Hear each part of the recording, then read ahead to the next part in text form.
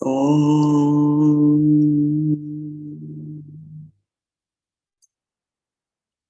Om.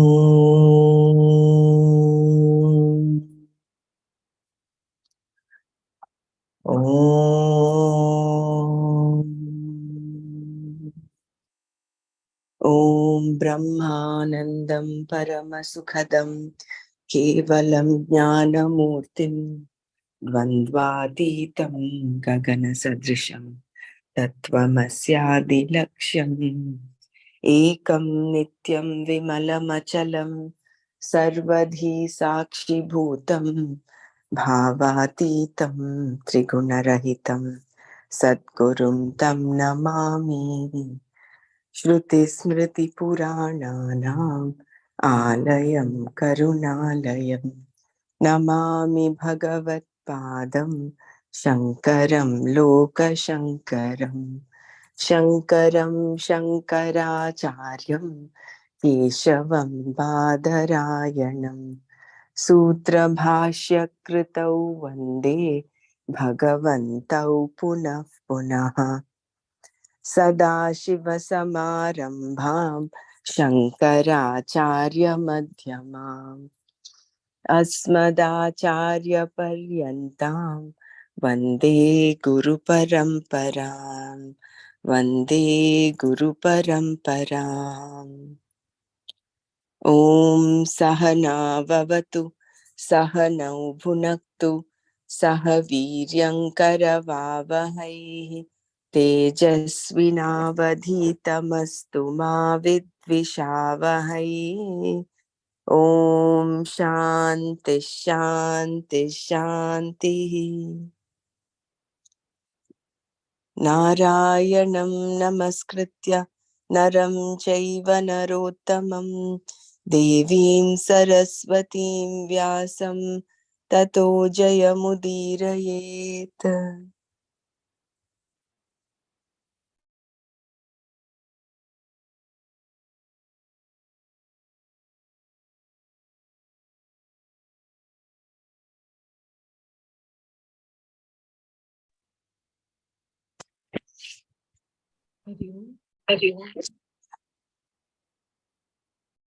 May I start chapter 10? Yes, go ahead, Jai Gurudev. Jai Gurudev. Om Shri Krishna Paramatmane Namaha. Atha Dashamodhyayah Vibhuti Yogah Shri Bhagavanuvacha Bhuya eva mahabaho Shunu me paramam vachah Yatte ham priyamanaya Vakshyami hitakamyaya न मे विदुसुरगणाः प्रभवं न महर्षयः अहमादिर्हि देवानां महर्षीणां च सर्वशः यो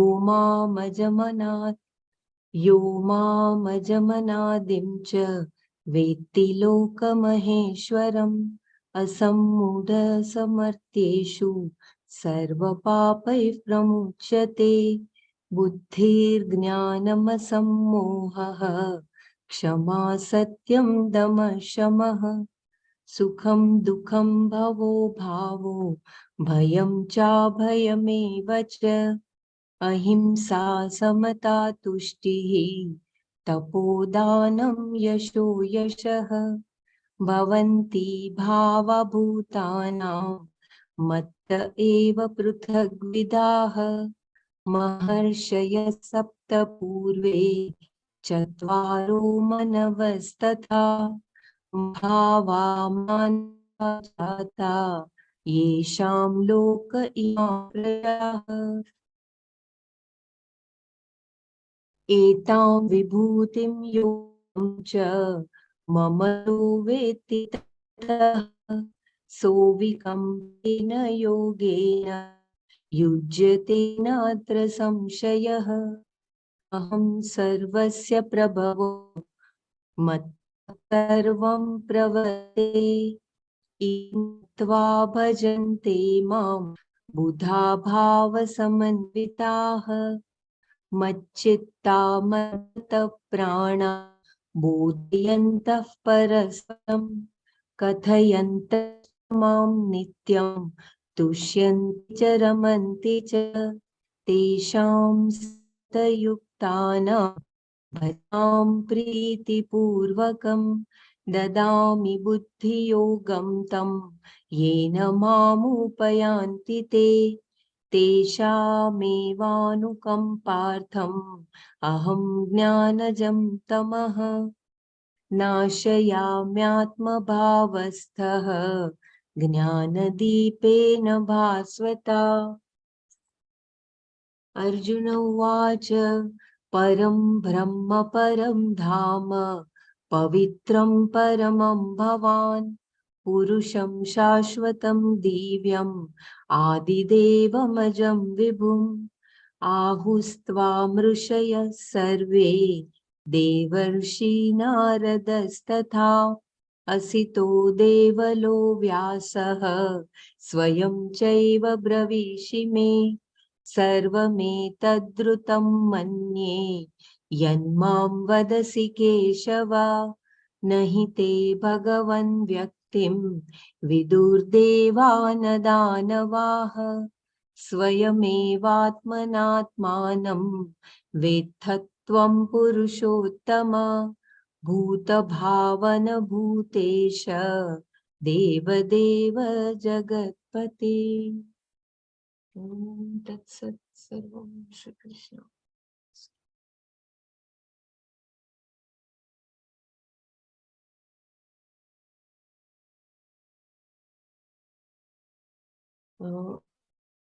Where should I begin from? I think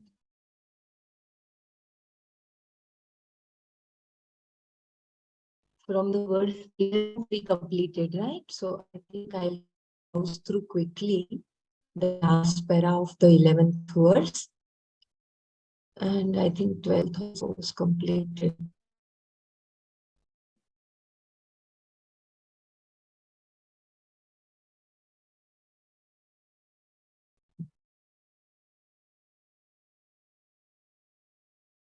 This was also completed.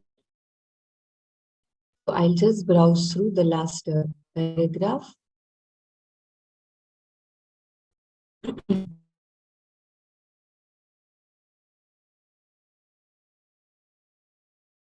I'll repeat this 12 and 13 quickly.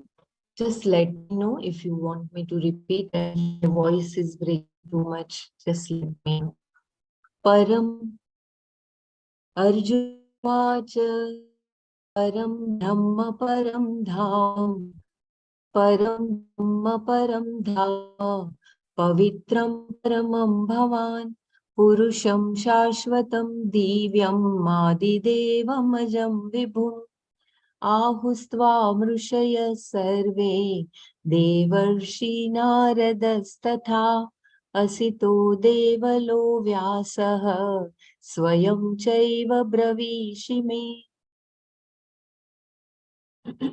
Arjuna said, O revered one, you are limitless Brahman, the light of all lights, the most purifying. All the sages, including Narada, the sage among gods, Asita, Devala, and Vyasa, talk of you as the eternal being, not of this world, the source of all the gods, unborn and all pervasive. And indeed, you yourself tell me so. Arjuna reveals his understanding of what he has been taught. Having listened to Krishna through these chapters, Arjuna has a certain understanding of the topic. He now speaks from his understanding. All the sages talk about you, O Krishna, as being Paramadhama. Dhamma is used here in the sense of light. As light helps you to see things, so too this is the light of all lights, the light of consciousness. You are the source of all consciousness. You are the consciousness. Dhamma, with Dhamma in the sense of Lord, you are the most exalted and reaching. which there is no further and possible or necessary. I repeat, there is a breaking of voice. Dharma is used here in the sense of light. As light helps you to see things, so too this is the light of all lights, the light of consciousness. You are the source of all consciousness. You are the consciousness with Dharma in the sense of abode. You are the most exalted and reaching, which there is no further end possible or necessary. Then he says, you are Bhavan Pavitram Paramam.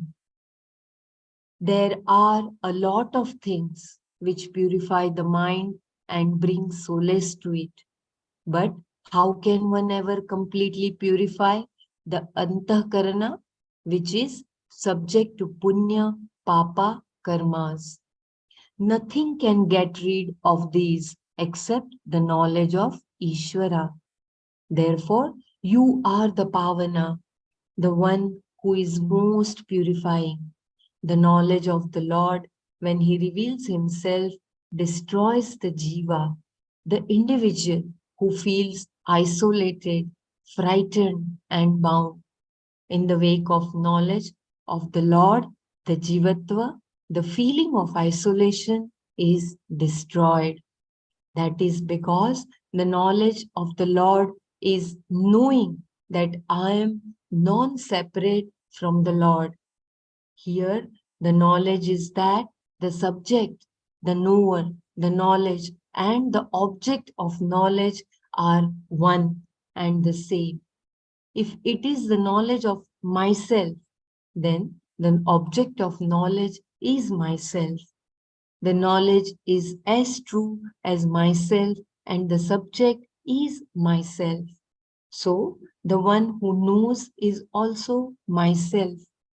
Here, the subject, object, and the knowledge are all one. Therefore, by that knowledge, Ishvara completely purifies a jiva. The samsari, who is a limited individual, subject to birth and death, is totally released. There is nothing more purifying, Pavana. Then Arjuna goes on to say that all rishis talk of you as Purusham Nityam Shashwatam. The word Purusha has two meanings. The one who enclosed by the body mind sense complex is called Purusha. And Purusha is also that which fills up everything. So when you Bharati, repeat, this your voice is breaking a lot. yeah, could you please take over? I can continue sharing the screen, Dr. Mara. You want to read from the previous paragraph? Yeah, I can read. Which one you want me to read? Then he Yeah, said, as my from the beginning Arjun only. reveals. Read. Okay. Yeah, I'm Okay. sorry. There is No there problem. is a That's really. understandable. You can repeat from here the meaning of from the beginning, Dr. Mara. Dhanyavad. Okay, sure. Uh, okay, I'll start. Arjuna said, O revered one, you are limitless Brahman, the light of all lights, the most purifying. All the sages, including Narada, the sage among gods, Asita, Devala, and Vyasa, talk of you as the eternal being and not of this world. No, sorry, hold on. Can you hear me okay? Yes, dear. Please carry on. It's very Okay. clear. Okay. Not of this world, the source of all the gods, unborn and all pervasive. And indeed, you yourself tell me so. Arjuna reveals his understanding of what he has been taught. Having listened to Krishna through these chapters, Arjuna has a certain understanding of the topic. He now speaks from his understanding understanding. All the sages talk about you, O Krishna, as being Parandama. Dharma is used here in the sense of light. As light helps you to see things, so too this is the light of all lights, the light of consciousness. You are the source of all consciousness. You are the consciousness. With Dharma, in the sense of abode, you are the most exalted end reaching, which there is no further end possible or necessary. Then he says, you are Bhavan Pavitram Paramam. Bhavan Pavitram Paramam. There are a lot of things which purify the mind and bring solace to it. But how can one ever completely purify the antakarana, which is subject to punya papa karmas? Nothing can get rid of these except the knowledge of Ishvara. Therefore, you are the Pavana, the one who is the most purifying. The knowledge of the Lord, when he reveals himself, destroys the jiva. Again, the knowledge of the Lord, when he reveals himself, destroys the jiva, the individual who feels isolated, frightened, and bound. In the wake of knowledge of the Lord, the jivatva, the feeling of isolation is destroyed.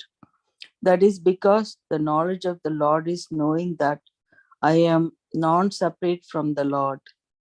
Here, the knowledge is that the subject, the knower, the knowledge, and the object of knowledge are one and the same.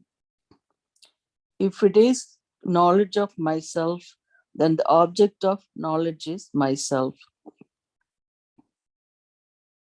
Again, if it is the knowledge of myself, then the object of knowledge is myself. The knowledge is as true as myself, and the subject is myself. So the one who knows is also myself. Here the subject, object, and the knowledge are all one. Therefore, by that knowledge, Isvara completely purifies the jiva. The samsari, who is a limited individual, subject to birth and death, is totally released. There is nothing more purifying pavana.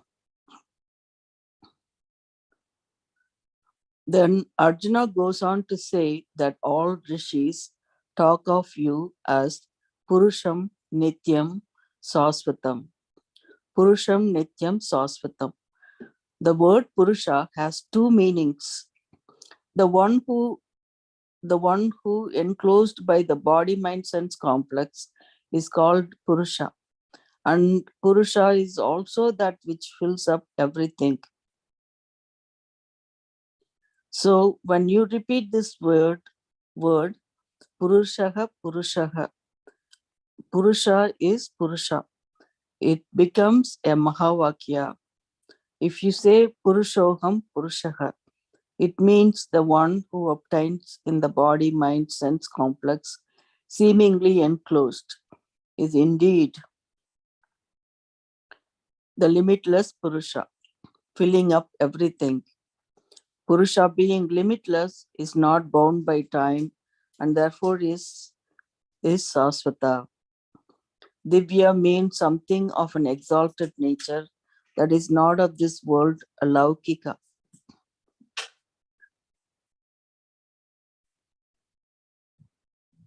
It is unlike anything we know.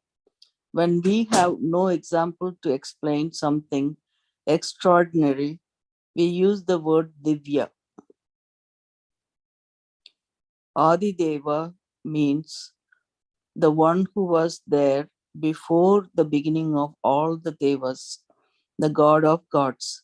That's their very source. And he is Aja, the one who is unborn.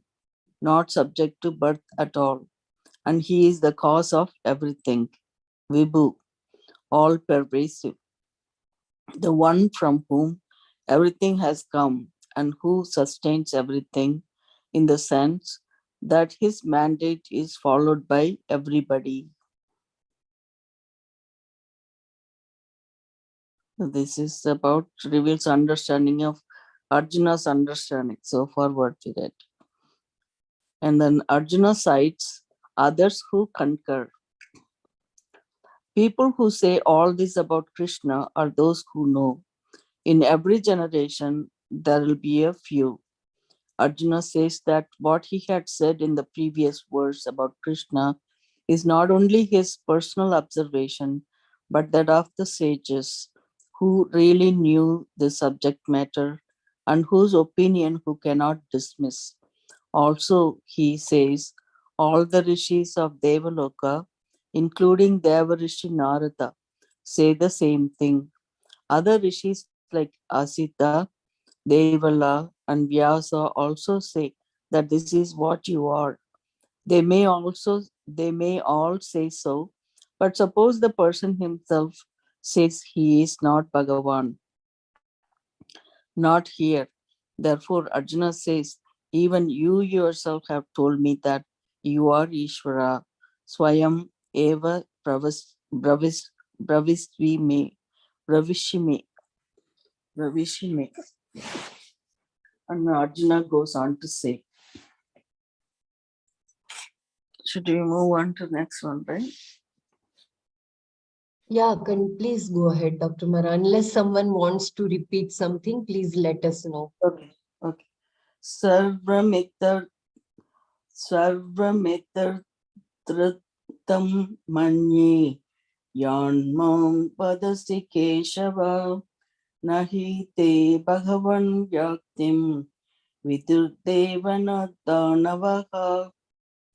Keshava, O Lord Keshava, Sarvam Etat, all this, Yat Mam Vadasi, which you have told me, Tat Ritam Manye, I consider that true.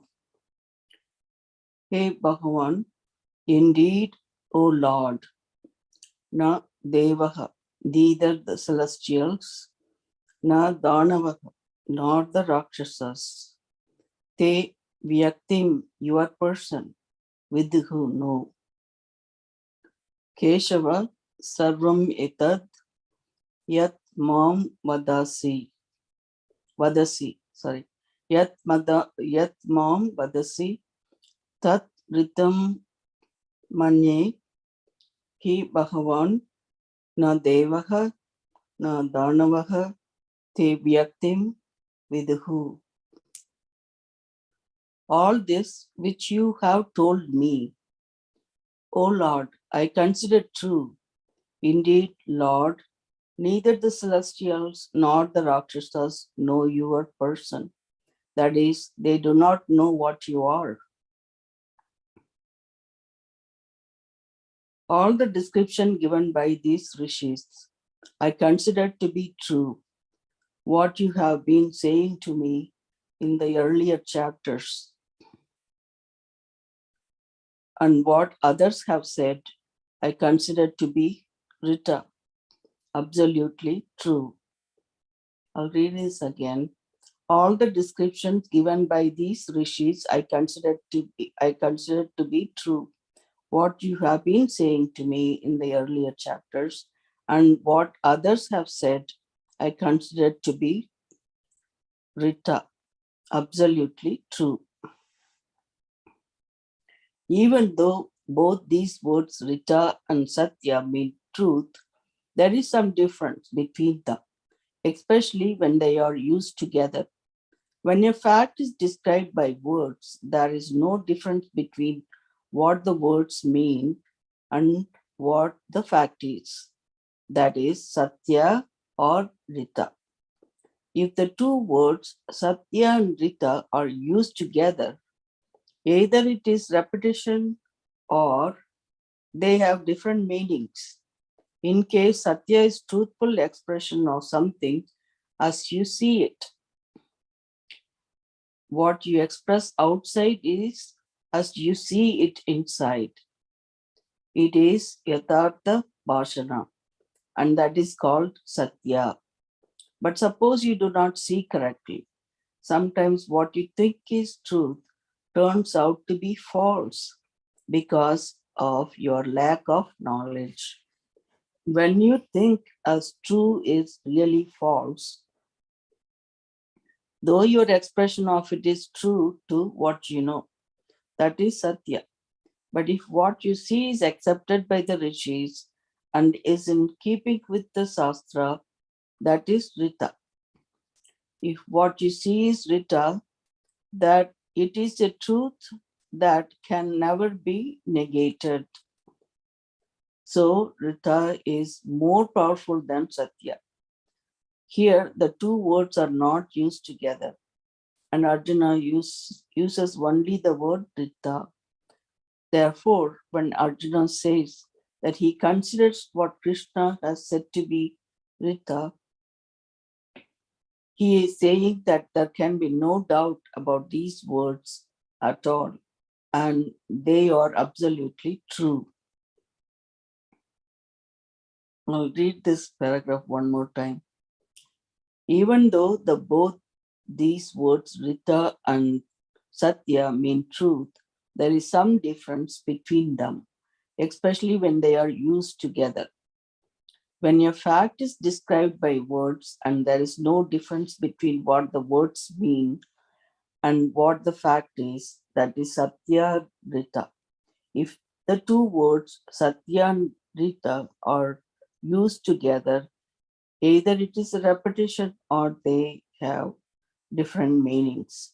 In case Satya is a truthful expression of something as you see it, when you express outside is as you see it inside, it is Yathartha Bhashana, and that is called Satya. But suppose you do not see correctly, sometimes what you think is the truth turns out to be false because of your lack of knowledge. What you think as true is really false, though your expression of it is true to what you know. That is Satya. But if what you see is accepted by the rishis and is in with Shastra, keeping with the Shastra, that is Rita. If what you see is Rita, that it is the truth that can never be negated. So Rita is more powerful than Satya. Here the two words are not used together, and Arjuna uses only the word Rita. Therefore, when Arjuna says that he considers what Krishna has said to be Rita, he is saying that there can be no doubt about these words at all, and they are absolutely true. In the next line, he says, O Bhagavan, neither the celestials, devas, nor the rakshasas, danavas know of you, your person, Vyakti. You are the cause of everything, but they do not see you at all. Everybody sees the effect, the creation, but nobody sees the cause thereof. Arjuna continues and in the process reveals the knowledge he has gathered so far.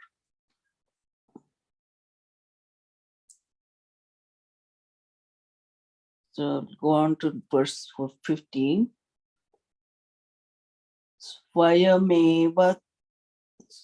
Swayamevatmanatmanam vetatvam purushottama bhuta bhavana bhutesha deva deva jagatpate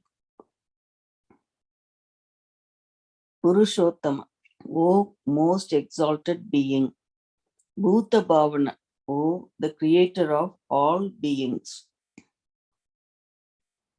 Bhutesha, the ruler, O the ruler of all beings. The ruler of all beings, Bhutesha. Deva Deva, O the Lord of the gods. Jagat Pate, O the Lord of creation. Tvam Swayam Eva Vetta. Tvam Swayam Eva Vetta. You yourself know. Atmana with your own mind. Atmanam yourself. You yourself know yourself with your own mind, O the most exalted being, the creator of all beings, the ruler of all beings, the Lord of gods, the Lord of creation. I'll read this one more time. You yourself know yourself with your own mind, O the most exalted being, the most exalted being and the creator of all beings, the ruler of all beings, Lord of the gods, the Lord of creation. So he is the creator, ruler, the Lord of lords, Lord of creation. They repeated a couple of things, I don't know the same meaning or not. No. So how do you say this? Well, can you read this one? Yeah. Not- Yeah. I will. Arjuna is वो स्तुति कर रहा है. He's praising the Lord. So beautiful it is. I'll just read once again both the shloka. Swayamevātmanātmānam vedhatvam purushottama bhūtabhāvana bhūtesha deva deva jagatpate vaktumarhasya sheshena दिव्यायात्मविभूतयः याभिर्विभूतिर्भिर्लोकान् इमां स्वं व्याप्य तिष्ठसि. Go ahead, dear. It's Divya, beautiful. yeah, it is like the meaning, is so beautiful. Divya, extraordinary. He indeed, Atma Vibhutayaha, the glories of yourself. Yabihi Vibhutibihi, those glories by which Iman Lokan, these worlds, Vyapya, pervading, Tvam Tistashi, you remain, Ase Shaina Vaktum Arhasi, you are capable of telling in full. Okay, I'll go back and Divyaha, he indeed, Divyaha, he Atma Vibhutayaha, Yabihi Vibhutibihi, Iman Lokan, Vyapya Tvam Tistashi, Aseshena Vaktum Arhasi. You indeed are capable of telling in full the extraordinary glories of yourself, the glories by which you remain pervading these worlds. Again, you indeed are capable of telling in full the extraordinary glories of yourself, the glories by which you remain pervading these worlds. Okay. How only Bhagavan is qualified to relate his glories. How only Bhagavan is qualified to relate his glories. Arjuna confirms the opinion of the rishis that Krishna is Ishvara. Then he tells why Krishna alone is qualified to talk about all those glories by which he remains covering the entire universe. Though there are others to talk about it, you are the most eligible, Arjuna says. Tvam Swayam Vetta, you yourself know, not being taught by anybody. What does he know? Atmanam. You know the truth of yourself. How? Atmana, through your own mind. So you know the truth yourself through your own mind. That is why you speak of yourself as Ishvara all the time. That is why you speak of yourself as Ishvara all the time. Shankara, Shankara says here, and know that you know yourself as one who has knowledge. That you know yourself as one who has knowledge, overlordship, strength, power that leave nothing to be desired. This is the meaning of Bhagavan, I think. That knowledge, overlordship, strength, power that leave nothing to be desired. In short, you know yourself is as Ishvara, Purushottama, the one who is exalted among the Purushas. And he is addressed as Bhuta Bhavana. So the first one is Tvam Swayam Vetta. You know yourself. Bhuta Bhavana, the one who creates all the beings with their body, mind, sense complexes. Again, and he is addressed as Bhuta Bhavana, the one who creates all the beings with their body, mind, sense complexes. So it's a creator. For each being, he creates a unique Sthula Sukshma Sarira appropriate to his karma. And not only does he create all beings, he also takes care of them. So he is called Bhutesha, the ruler of all beings. Then he is addressed as Deva Deva, the lord of all the gods, and Jagatpati, the lord of this entire creation. All these are appellations of the Lord. Again, all these are appellations of the Lord. Vaktum arhasi asheshena. So, this is the next one.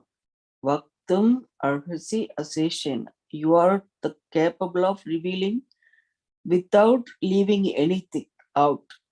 So, Vaktum arhasi asheshena is you are capable of revealing without leaving anything out. What is revealed is Atma Vibhudis, your own glories, which are not of this world. Divya Alaukika. The word Atma shows that this refers not only to the Lord, but to yourself. Arjuna is implying, you know about me, Atma, and you can talk about all the glories of Atma, which you know so well.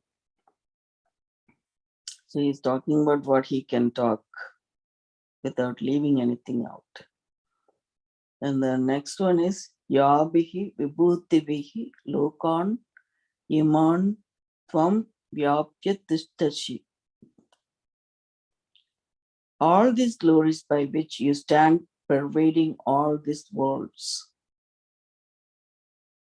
Again, all these glories by which you stand pervading all these worlds. Only you are eligible to talk about. Arjuna says later, I am still not satisfied with what you have been saying about yourself. You talk not just about your glories, but mine too, which you can see. All of us want to listen to our glories. So tell me more. Lord Krishna does not simply tell Arjuna that Krishna is everything. He proves the fact that he is everything. And Krishna also implies that Arjuna, or anyone for that matter, can know that he is also not different from Ishvara. Then all these glories would belong to him too. It is not flattery, but a statement of fact. So even when it is not understood, it has a ring of truth and logic to it. Hey, here you have Here you have facts which elevate you, and the more you listen, the more you want to know. We all love to gaze at ourselves in the mirror much more than is necessary. There is self-love in us because Atma is something you cannot but love. It is intrinsically Ananda, fullness. Because you have some insight about that, you cannot give up the hope that one day you are going to be wonderful.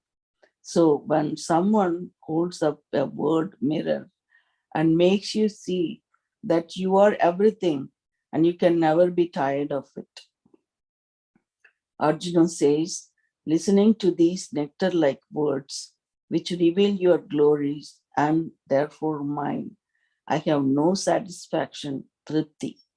So please tell me more about these glories. For those of us who cannot directly appreciate you, which are the places and things in which your glory is so pronounced that it can become an object of meditation? Thus, Arjuna asks for further description.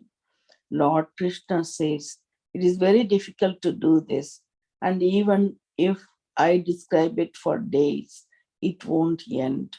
But still, I will make an attempt to say a few things. Then, in the 11th chapter, he makes a drastic revelation by giving Arjuna a vision of the cosmic form. So, very nice. So here, to summarize the words that we read, Tvam Swayam Vita Bhuta Bhavanam Vaktum Arhasya Sheshena Yabihi Vibhuti Lokan Iman Tvam Vyapya Tishtashi. That's pretty much it. That's very nice. Anyway, go on to 17. Katam Vidyamaham Kadam Vidyamaham Yogin Stvam Sada. Oh, what is this? I don't know. Where do you? Yeah, go ahead. Katham vidyamaham yogim tvam sada parichintayan keshu keshu cha bhaveshu chintyosi bhagavan maya. Okay. Sada. You can go ahead with this. Okay. Sada Parichintayan.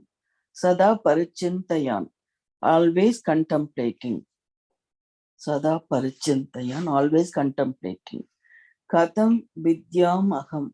How can I know Tvam, you, Yogin, oh, the greatest of the yogis. Lord, okay.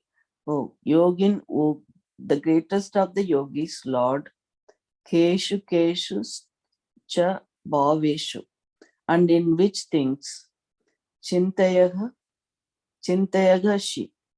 Ashi, are you to be meditated upon Maya by me, or Maya by me, Bhagavan, O Lord.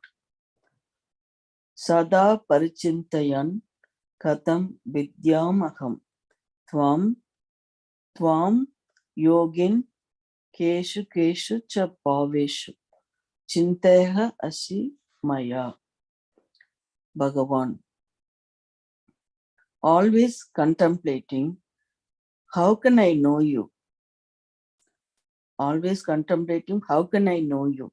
Oh, the greatest of the yogis, and in which things are you to be meditated upon by me, O Lord?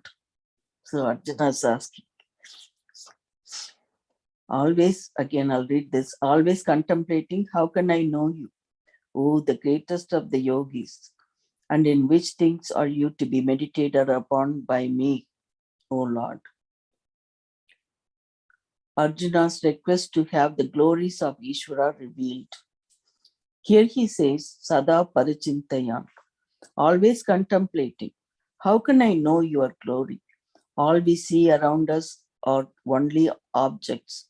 To appreciate Ishvara, the Purusha, because of whom the object is an object, we have to go behind the objects and see beyond what we can physically perceive. It is purely a vision of the Buddhi. So it is with the Jnana Chakshu, the eye of wisdom, that you have to see. Again, it is purely a vision of the Buddhi. So it is with the Jnana Chakshu, the eye of wisdom, that you have to see. Meditation upon Ishvara, Ishvara Dhyana, is seeing the glories of Ishvara, Ishvara Vibhuti Dhyana. So we have to do this one. Meditation upon Ishvara, Ishvara Dhyana is seeing the glories of Ishvara, Ishvara Vibhuti Dhyana. Then Arjuna asked the Lord, Keshu Keshu cha bhaveshu chintaya shi. What are the objects in which you are to be meditated upon? There are many objects and beings in the universe. In some of them, the Lord's glories are particularly manifest. These are identified as special by the Vedas or Puranas. Also, certain objects by convention and some people by their deeds become popular. The glory which made them popular is Ishvara, and thus they become a focus of meditation. So Arjuna says, O Lord, tell me all those glories in which you are specially manifest, where you can become the object of meditation. It is true that the Lord is manifest in everything, but the glories of some objects and people stand out in creation. The value in any of these glories is Ishvara. Again, the value in any of these glories is Ishvara, and the absolute value, pratyagatma,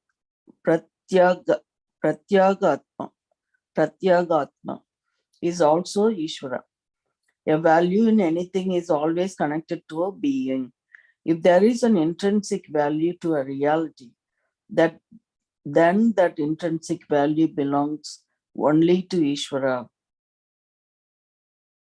This is so important. If there is an intrinsic value to a reality, then that intrinsic value belongs only to Ishvara.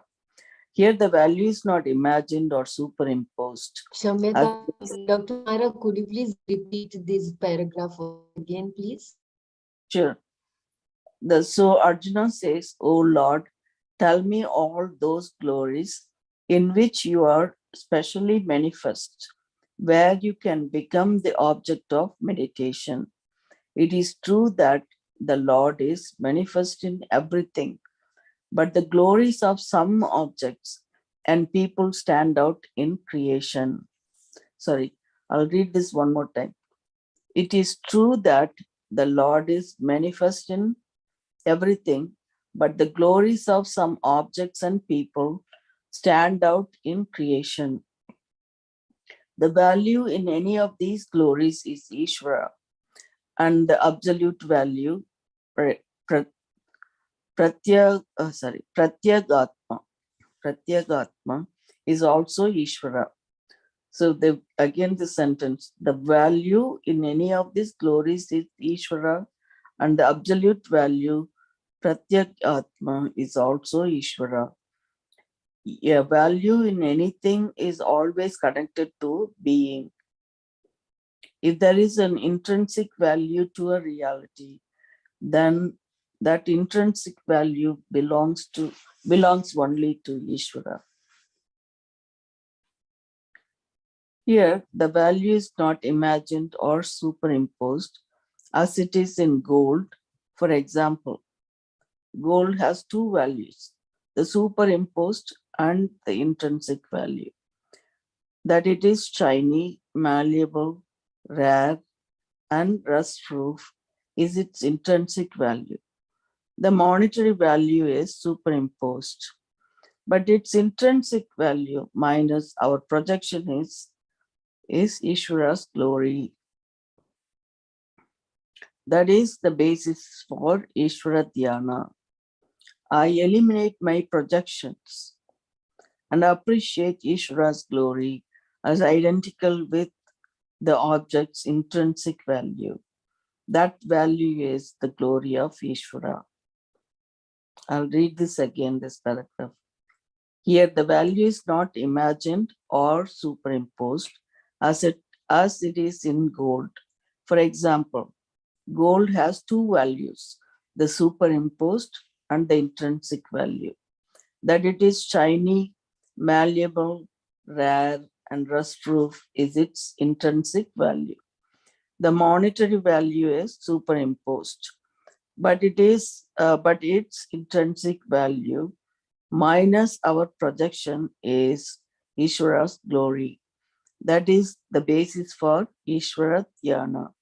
I eliminate my projections and appreciate Ishvara's glory as identical with the object's intrinsic value. The value is the glory of Ishvara. Therefore, please tell me in which objects I can see you like this. So, do we have time? Yeah. Sorry, what? Shall Yeah, I you want? read the shloka? Yeah, go ahead. Yeah. विस्तरेणात्मनो योगं विभूतिं च जनार्दन भूयः कथय तृप्तिर्हि शृण्वतो नास्ति मे मृतम्. Yeah, please go ahead. Vistarena, okay. Vistarena in detail.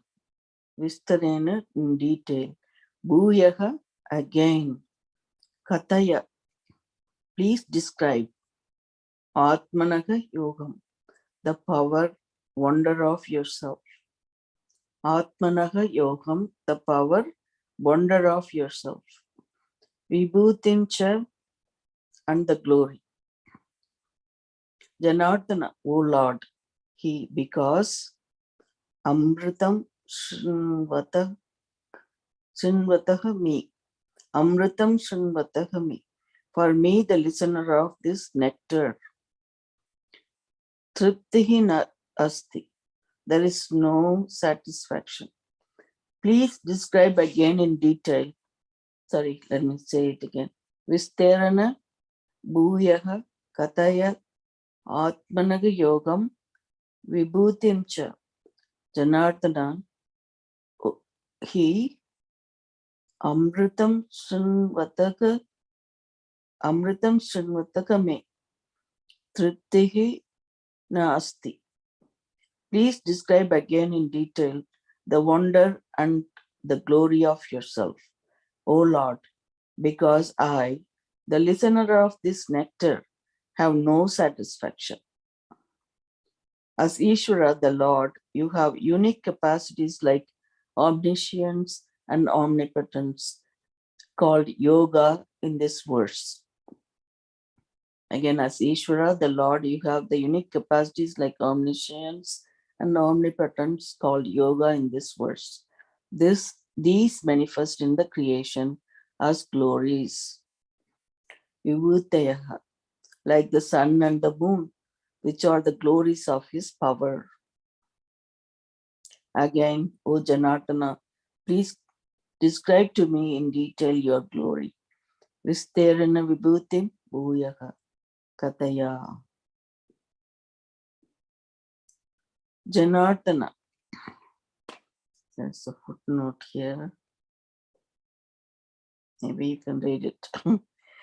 At the Yeah, Janardana Ardatehe Gati Karmano Rupam Asuranam Deva Pratipaksha Bhutanam Jananam Narakadi Gamayitrutvat Janardanaha Abhyudaya Nishreyasa Purushartha Prayojanam Sarvajanaihi Yachyate iti. Iti va. Brahmaraji, if you can sing, is there some specific chanda to sing it? I just read it plain. No, I don't know whether there's a chandas. I think it's only prose. Yeah, Okay. let's read it one time, see what it is. I think we are another 3 minutes. Yeah. Janardana is the one who destroys people of improper conduct. Right. This is where I'm at to read. Okay.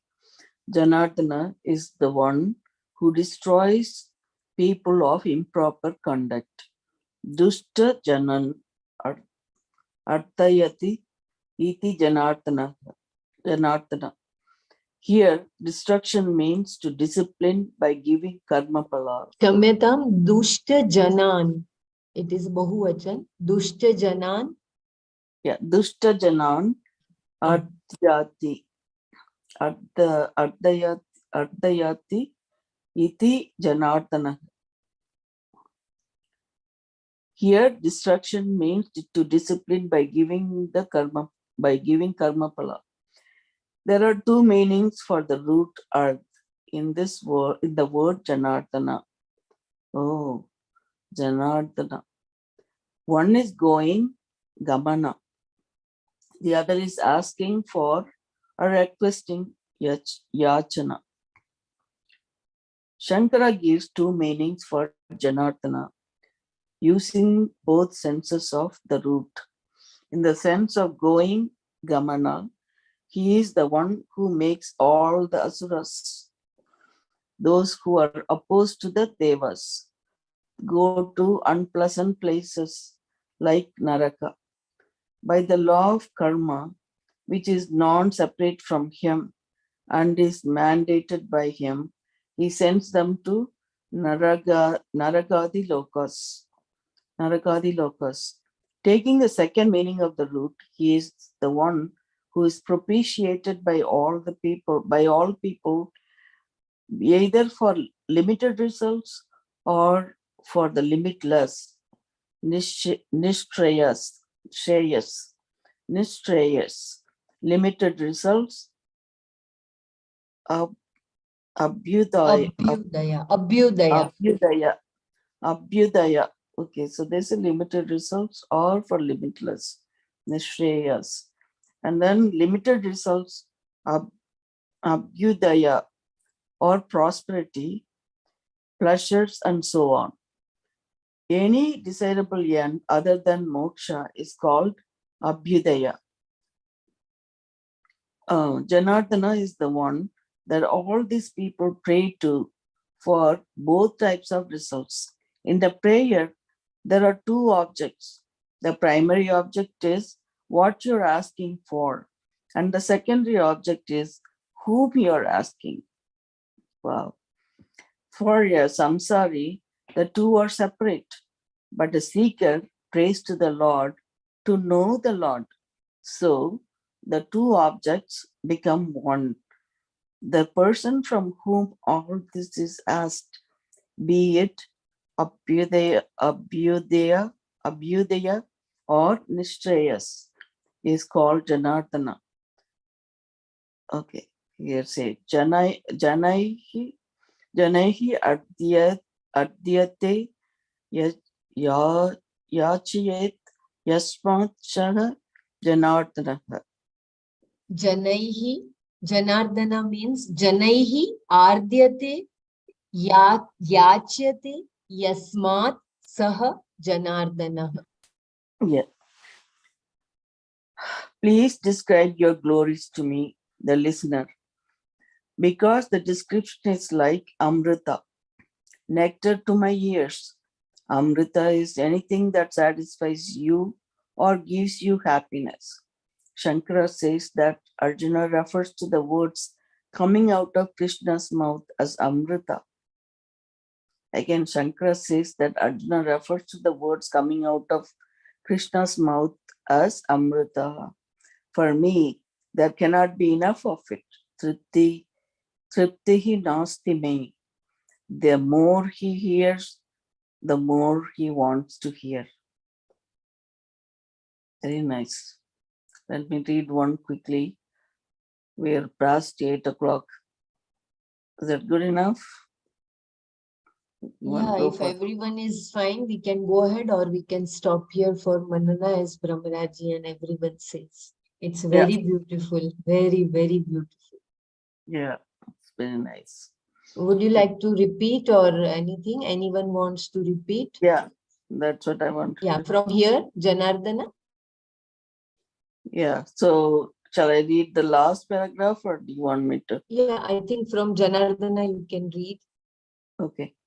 Janardana is the one who destroys people of improper conduct. Dushta Janan, sorry, Dushta Janan Adyati iti Janardana. Here, Ardayata. oh, Ardayati. Okay, sorry. I don't see like the yati is like it's not a hyphen there, right? So that's why I was reading like that. Dayati. So you're saying I or think the here, yeah, here he has clarified, no, in Janardhan definition, operation. yeah, like whenever you Ardate, have that ardate. bar on top of the letter, then you become longer. Yeah, Janardana. ardate it is. Ardatehe gati karma rupam asuranam deva pratipaksha bhutanam jananam narakadi gamayitruttvat janardanaha. Hmm. Abhyudaya nishreyasa purushartha prayojanam sarvajanaihi yachyate iti va. Oh, for you went for the description there. Yeah, Janardana. Okay, got it. Okay. So here destruction means to discipline. So you're saying the dushta janan ardayati iti janardanaka, right? Correct, Here, Dr. Mara. Correct. yeah. Here destruction means to discipline by giving karma phala. There are two meanings for the root earth in the word janardana. One is going gamana, other is asking for or requesting yachana. Shankara gives two meanings for Janardana using both senses of the root. In the sense of going, Gamana, he is the one who makes all the Ashuras, those who are opposed to the Devas, who go to unpleasant places like Naraka, by the law of karma, which is non separate from him and is mandated by him, he sends them to Narakadi Lokas. Narakadi Lokas. Taking the second meaning of the root, he is the one who is propitiated by all people, either for limited results or for the limitless Nishreyas, Shreyas. The limited results of Abhyudaya, Abhyudaya, or prosperity, pleasures, and so on. Any desirable end other than moksha is called Abhyudaya. Janardana is the one that all these people pray to for the both types of results. In a prayer, there are two objects. The primary object is what you are asking for, and the secondary object is whom you are asking. For samsari, the two are separate. But the seeker prays to the Lord to know the Lord. So the two objects become one. The person from whom all this is asked, be it Abhyudaya, or Nishreyas, is called Janardana. Janaihi Ardayate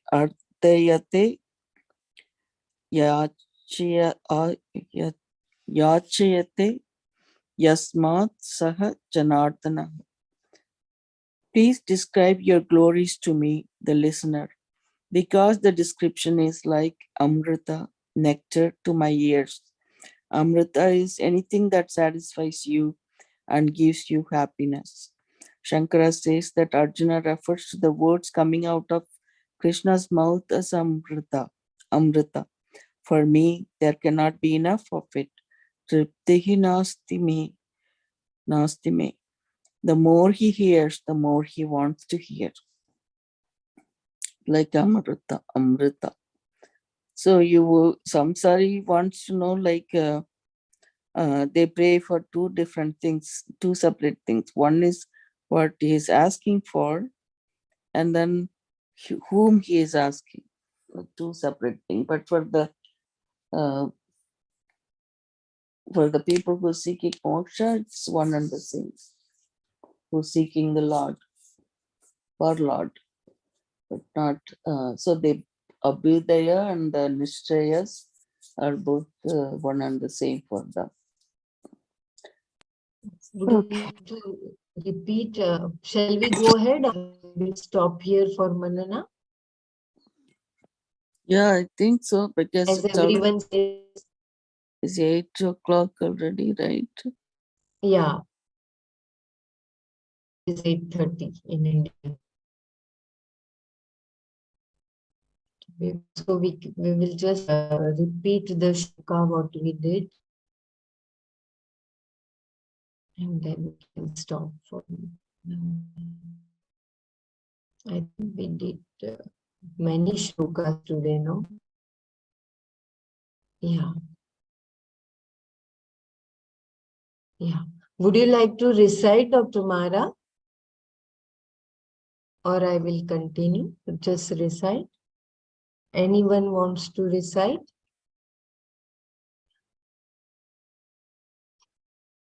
Arjuna Uvacha Param Brahma Param Dhama Pavitram Paramam Bhavan Purusham Shashvatam Divyam Adidevam Ajam Vibhum Ahustvam Rushaya Sarve Devarshi Naradastatha Asito Devalo Vyasaha Swayam Chaiva Bravishime. Arjuna said, O revered one, you are limitless Brahman, the light of all lights, the most purifying. All the sages, including Narada, the sage among gods, Asita, Devala, and Vyasa, talk of you as the eternal being, not of this world, the source of all the gods, unborn and all pervasive.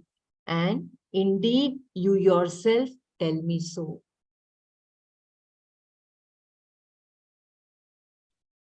सर्वमेतद्रुतं मन्ये यन्मां वदसि केशव नहि ते भगवन् व्यक्तिं विदुर्देवानदानवाः.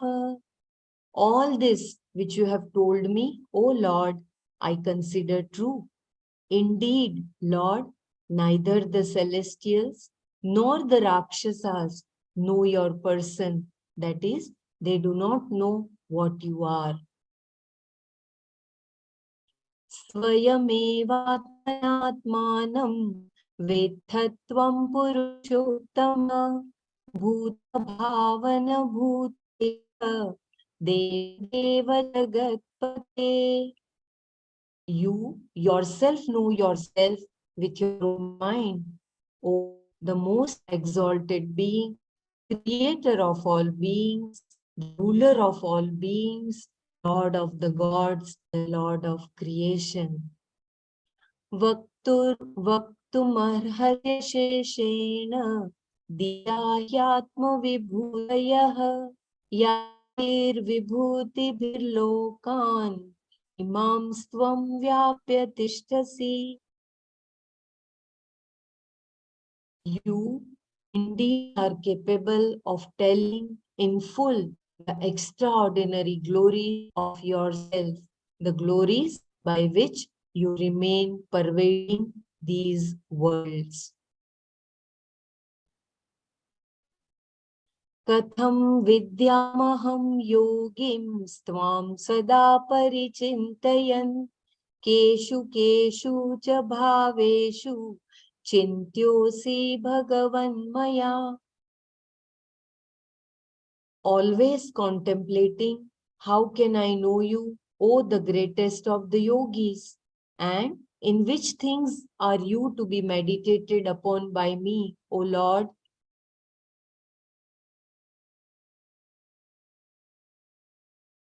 Vistarenatmano yogam विभूतिं च जनार्दन भूयः कथय तृप्तिर्हि शृण्वतो नास्ति मे मृतम्. Please describe again in detail the wonder and the glory of yourself, O Lord, because I, the listener of this nectar, have no satisfaction. I will just repeat the definition of Janardana and then we close for Janardana. Ardatehe gatir karmano rupam asuranam deva pratipaksha bhutanam jananam narakadi gamai trutvat janardanaha abhyudaya nishreyasa purushartha prayojanam sarvajanaihi yachyate iti va. So with this, we will just close our eyes and then we will share our takeaways.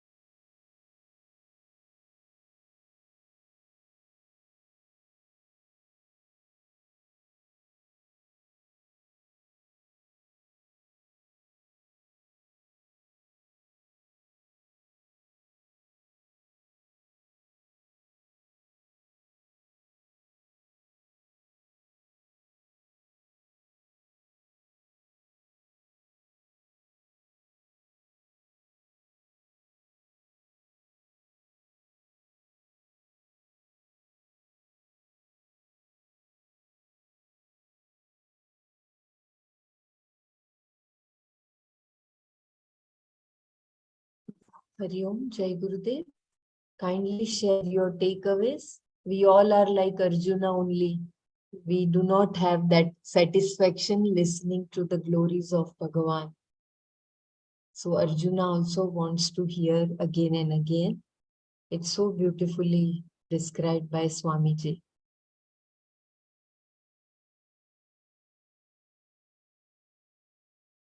Yeah, Dr. Renu says Krishna is Lord of the all gods, Lord of creation and greatest of the yogis.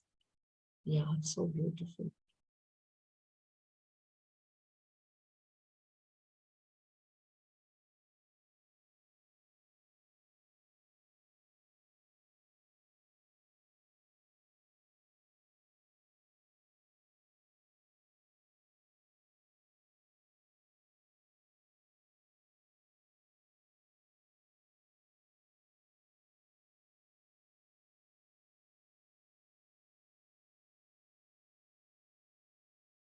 Kindly share, everyone, please, even if it is a small takeaway of 1 year, please do share.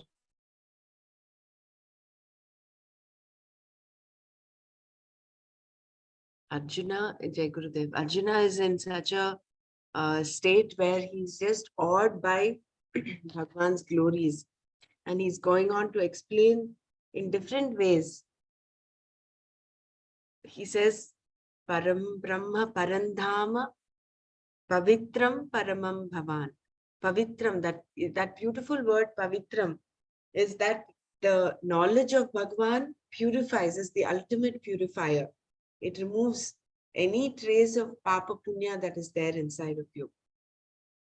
And he goes on to describing him. And when he comes to Janardana, I was just surprised. I mean, not surprised, it's a coincidence that Nana's name actually is C.J. Rao, which is Chavali Janardana Rao.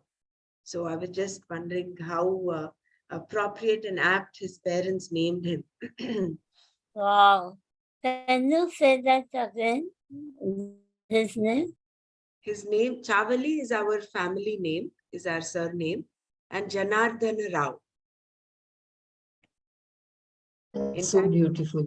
is both Janardana Rao as well as Jagannatha Rao. Both. He's known as both, but in officially it is Janardana Rao. So I didn't know the actual meaning of Janardana till we read this, till Swamiji explained it here in this PDF. It was wonderful. Could you please a little bit explain it, Janardana? Yeah, Simply. Janardana it actually has two meanings. As one is the destroyer of people of improper conduct, and the other one is the one who people pray to for both moksha as well as abhyudaya. Limited results is abhyudaya, that is prosperity, all the kama, dharma, artha, kama, all of that. Whereas moksha, they pray to him for both abhyudaya as well as moksha. That is one meaning. And the other meaning is that the one who destroys people of improper conduct. Dushta janan ardhayati iti janardana. Yeah. So Vishnu and Shankara, both qualities. Yeah, you can say that. Shiva destroys everybody. He's, whether they're improper conduct or not, he's the ultimate destroyer, as the Puranas talk about. But here it is the two aspects of Bhagavan that are being enumerated here, described. So that, from 12th sloka to 18 is Arjuna's question. Arjuna's, what he understood so far about the Ishvara, and he understands that Krishna is being Ishvara, and he get that information by this next slogan number 13, right? All the rishis and the devas, even by himself, he had said that. So there is the difference between the Satya and Rita brought up in those two verses. Satya is that what you see externally, what is inside, also the same thing. But then you think it is true, but it could be false. But then whatever you know to be true, then that is called Satya. Excuse me. Whereas Gita is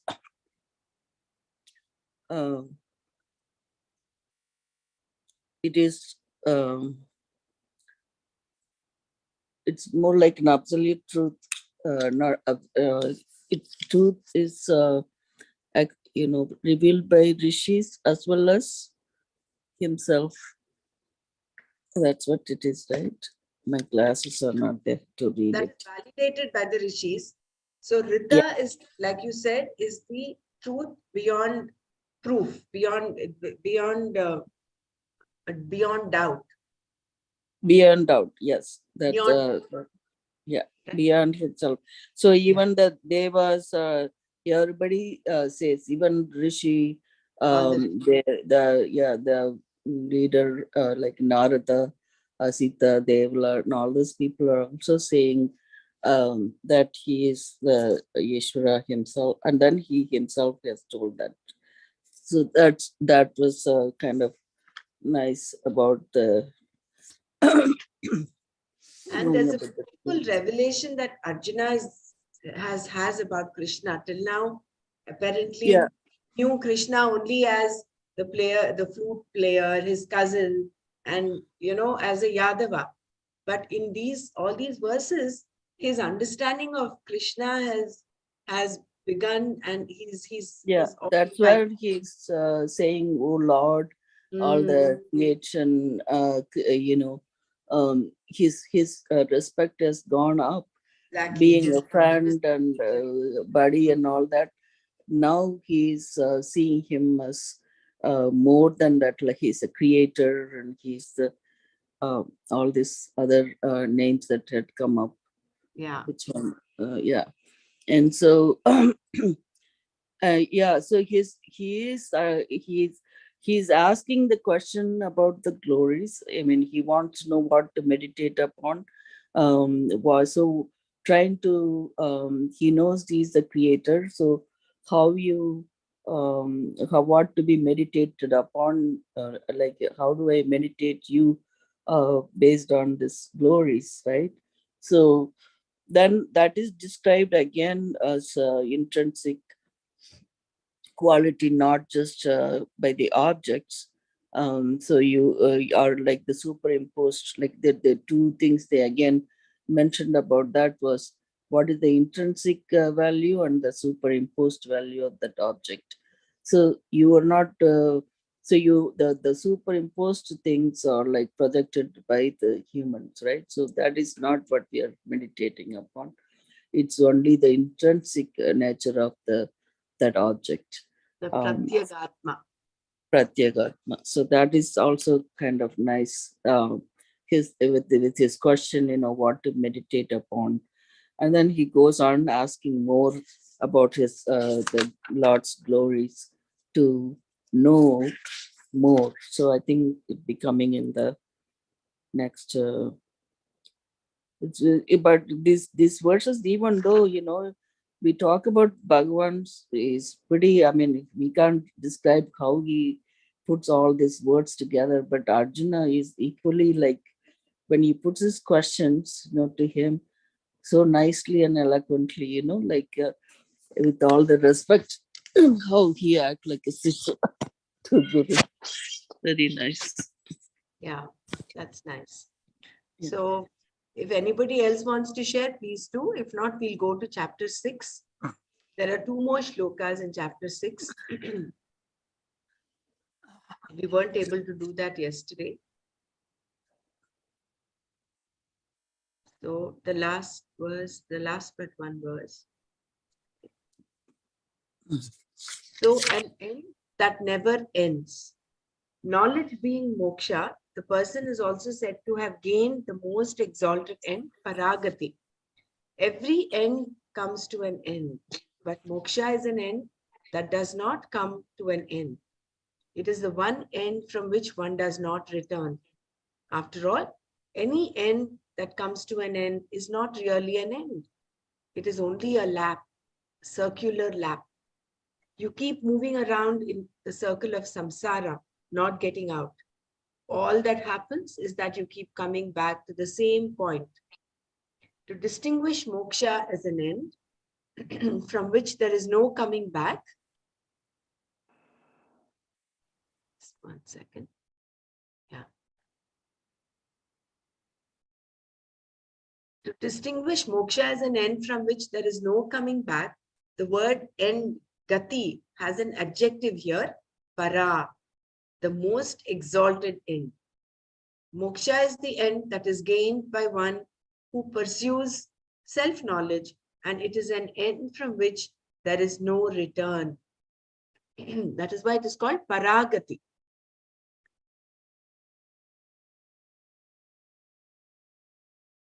Therefore, Krishna tells Arjuna to be a yogi in the next verse. Tapasvibhyodhiko yogi jnanibhyopi matodhikaha karmibhyaschadhiko yogi tasmad yogi bhavarjuna. Yogi, a yogi, tapasvibhyaha, to those who live a life of meditation. Adhikaha, superior. Jnanibhyaha, to the scholars. Api, even. Adhikaha, superior. Yogi, a yogi. Karmibhyaha, cha, and to those who perform action. Adhikaha, superior. Mataha is considered. Tasmat, therefore. Arjuna, O Arjuna, yogi bhava, be a yogi. Yogi tapasvibhyaha adhikaha jnanibhyaha api adhikaha yogi karmibhyaha cha adhikaha mataha tasmat Arjuna yogi bhava. A yogi is considered superior to those who live a life of meditation, superior even to the scholars, and superior to those who perform action. Therefore, O Arjuna, be a yogi. Here, Adhika means Utkrishta, the best, the most exalted, in terms of what a person has to be. Krishna has already defined the most exalted person as a yogi, a definition that he repeats in the next verse, as we shall see. In the present verse, this yogi is described as one who is superior to all the tapasvis, those who perform various kinds of meditation, and to all the karmis, meaning those who perform the enjoined Vaidika rituals. Both types of people, tapasvis and karmis, are mumukshus and are in no way being condemned here. In fact, they are people who engage in their respective activities for the sole purpose of becoming the yogi, who is the most exalted of them all, the one who either pursues dhyana yoga, contemplation on Atma as Brahman, or who has already accomplished it, having gained this knowledge. Such a yogi is definitely superior to these two types of people said here. This is a little, I'll just repeat this one. So both types of people, tapasvis and karmis, are mumukshus and are in no way being condemned here. That is clear. They're not being condemned. In fact, they are people who engage in their respective activities for the sole purpose of becoming the yogi who is the most exalted of them all. The one who either pursues dhyana yoga, contemplation on Atma as Brahman, or who has already accomplished it. So the definition of a yogi here is the one who either pursues dhyana yoga, that is contemplation on Atma as Brahman, or the one who has already accomplished it, having gained this knowledge. Such a yogi is definitely superior to these two types of people said here. Scholarship alone does not give one the vision. The tapasvi is not one who has to find a particular end. Rather, the very tapas has to resolve into this yogi alone. Thus, it can be said that the yogi is superior to the tapasvi. Tapasvibhyaha adhikaha yogi. In the same way, the yogi is superior to the scholars. Jnanibhyaha adhikaha yogi. Here the word jnani refers to the one who knows the Veda. They can recite it and they may even know the meaning of the words. However, one does not gain the knowledge, the vision of the Veda by mere scholarship alone. There has to be a commitment to this knowledge and its pursuit for there to be any possibility of gaining the vision of sameness in all beings. So just by being a tapasvi, the tapasvi is not one who has to find a particular end. Rather, the very tapas has to resolve into this yogi alone. So it is not just the tapas that, or the tapasvi is superior, he is certainly not as exalted as a yogi is. Similarly, a person who is very scholarly in the Vedas also is not as exalted as a yogi is. Because just by mere scholarship, he is not going to get the knowledge. The gaining of the vision of the sameness in all beings, that is not coming, that doesn't come with just being a scholar. Since this verse is about a yogi who already has the knowledge, scholarship that is talked about here must necessarily exclude Vedanta. Therefore, jnani has to be taken as someone other than the yogi under discussion.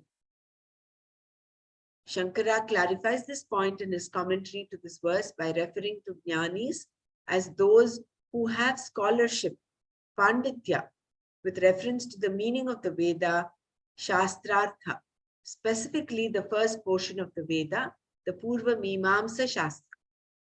We can also include the Vedanta Shastra here, since scholars can know the meaning of the words without understanding that it is the meaning of themselves. However, Vedanta Shastra would usually not be included here because the verse itself is Vedanta Shastra. These scholars then are those who have scholarship in all the other Shastra but the Vedanta Shastra. And their scholarship has to pay off in the form of this yoga, a yoga characterized by clear vision of the Vastu, the truth of everything. Already having this vision, the yogi is said to be superior to the scholars. Jnanibhyaha adhikaha yogi. Therefore, be a yogi. The yogi who is understood to be superior to the scholars and to the tapasvis is also thought to be superior to those who perform rituals, the karmis. Karmibhyaha cha adhikaha yogi. Therefore, what does Krishna tell Arjuna to become? Be a yogi, Arjuna. Tasmat yogi bhava, Arjuna. Krishna says here. Having been given this advice, what was Arjuna to do? Based on everything Krishna has just said, this yogi is a sannyasi, one who gives up everything and sits in meditation. Does this not mean that Arjuna has to do the same? Originally, Krishna had asked Arjuna to get up and fight, explaining that karma was better for him than sannyasi. Whereas now, Krishna is telling him to become a yogi, a sannyasi. What does Krishna mean by all this? Again, then, Arjuna was confused. First, a karma yogi, then a yogi. The point Krishna is making here is that first, one lives a life of karma yoga in order to gain a mind that is prepared for the knowledge. Then, one becomes a yogi, a sannyasi. In other words, you have to become a yogi after being a karma yogi. This is what Krishna means when he says, be a yogi, Arjuna. Yogi bhava, Arjuna. Yogi here means one who is firmly established in the clear vision, samyak darshana nishtha, which means a sannyasi. Become that sannyasi, Arjuna, Krishna is saying. You need not give up your karma or anything. Running away is not going to help you in any way. You must work towards becoming that yogi who has the clear vision. Therefore, become that yogi. Why does Krishna compare this yogi to other yogis here? Once the word yogi is mentioned, all kinds of ideas come to the mind. Therefore, which yogi should I become becomes the question. Because everyone wants to become the best person, the most exalted person, Shreshta Purusha. Krishna compares the yogi with the tapasvis, the panditas, and the karmis. Having said that the yogi is superior to all of them, he urged Arjuna to become that most exalted yogi. Krishna defines yoga here in the 6th chapter of the Gita as dukkha samyoga viyoga, dissociation from association with sorrow. The verse presently under study has to be understood in the context of this definition and in terms of everything Krishna has said previously. The sameness of vision, seeing oneself in all beings and all beings in oneself is all part of what he has said. That the yogi discussed here is one who has this vision is made very clear in the next verse. I think we will stop here. So another definition of yoga is dukkha samyoga viyoga. And this is the yogi that Krishna is urging Arjuna to become. And for that, you don't need to become a sannyasi, because that is what Arjuna's question was from chapter 1. He just wants to dropped the weapons. He wanted to take the sannyas. And he is now confused when Krishna asks him to become a yogi. But Krishna clarifies, in order to become that yogi, you first have to be a karma yogi. So get up and fight. There was no moving from that dictate that Arjuna was given by Krishna. So Krishna was very clear in his counsel for Arjuna. So greater than a tapasvi, greater than even a jnani. Jnanibhyaha is here a scholar who is a scholar in other than the Vedanta Shastra, the Purva Mimamsa, the Karma Kanda, and all the other scriptures. So just being a scholar in that is not going to help. He is still inferior to a yogi. And the yogi that Krishna is talking about here is the one who is most exalted, the one who has the knowledge and has gained it. But then the dukkha samyoga viyoga is a dissociation from association with the sorrow. So he is trying to help Arjuna to dissociate from his sadness. Yeah. From he was worried about killing his uh, guru and his grandfather and all that. Yeah. Remember in chapter 11 verse, he says, Ashochan Anvashochastvam Yeah. Prajnam. It's similar to that. That's what I was Yeah. going to say. Is it kind of by gel with that that where he mentioned that in the second chapter, and now it's in the dukkha samyoga viyoga. I think one time we were talking about this a lot. Yeah. Here talks of creating the gap between the experience and you. Yeah. Dukkha samyoga viyoga. Yoga. So Right. that and the one you mentioned about the, maybe I don't know, Dr. Savita was saying, having this verse in mind, I don't know, where she was asking the meditation is higher than the other type of Right.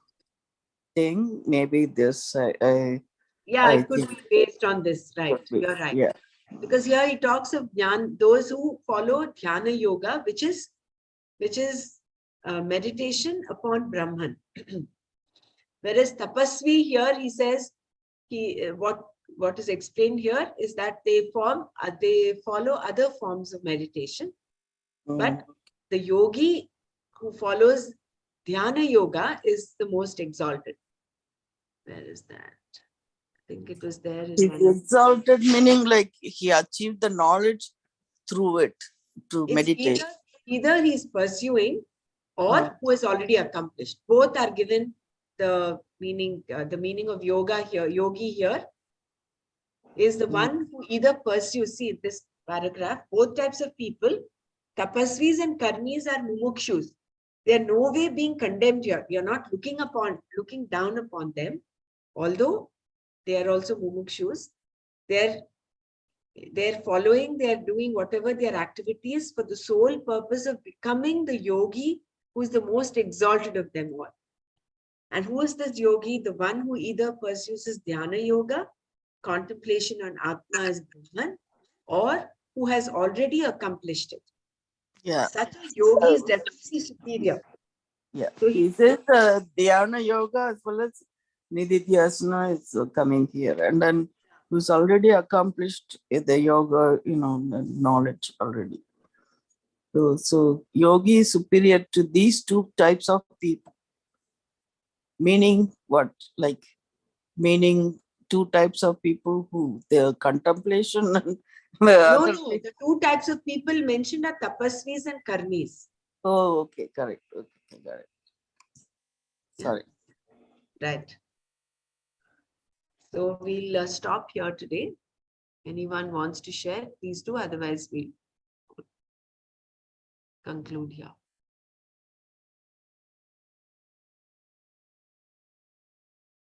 Om Loka Samasta Sukhino Bhavantu.